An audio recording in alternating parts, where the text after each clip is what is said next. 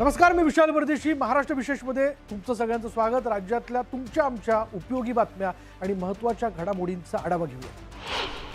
नागपुरात मध्य भारतातील महत्त्वपूर्ण कृषी प्रदर्शन ॲग्रोव्हिजन 2025ला रविवारी मुख्यमंत्री देवेंद्र फडणवीस यांनी भेट दिली आणि त्यांनी आधुनिक शेती, तंत्रज्ञान, कृषी उद्योग आणि पूरक उत्पादनांच्या दालनांची पाहणी करून नव्या नवकल्पना जाणून घेतल्या.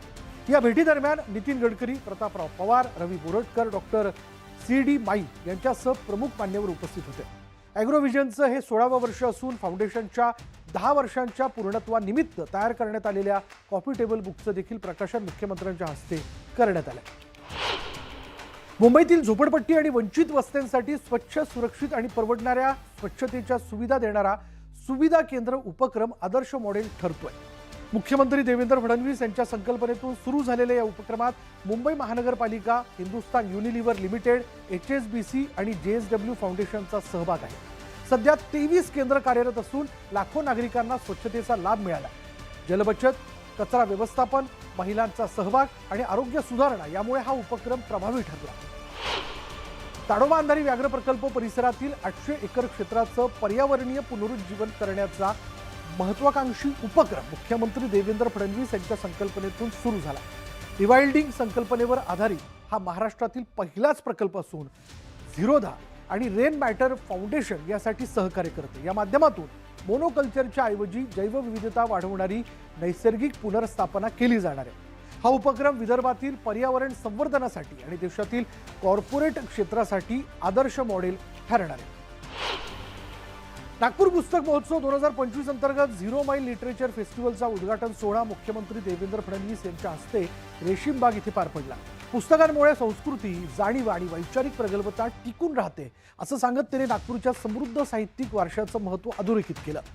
नॅशनल बुक ट्रस्ट, महाराष्ट्र शासन आणि झिरो माईल यूथ फाउंडेशन यांच्या संयुक्त विद्यमाने हा महोत्सव झाला. 300 पेक्षा अधिक प्रकाशक आणि लाखो पुस्तकं उपलब्ध असलेला हा उपक्रम तरुणांमध्ये वाचन संस्कृती रुजवण्यासाठी महत्त्वाचा असल्याचं मंत्र्यांनी नमूद केलं.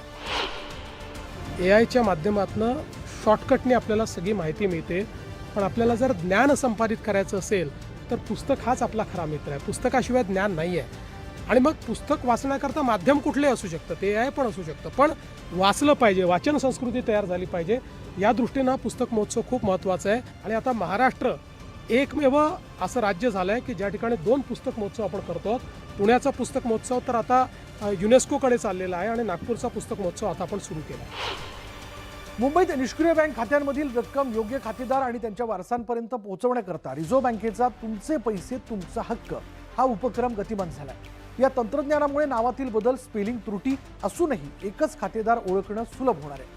मुंबईतील निष्क्रिय खात्यांमध्ये सुमारे 2000 ते 2500 कोटी रुपयांची रक्कम अडकलेली असल्याची माहितीही त्यांनी दिली.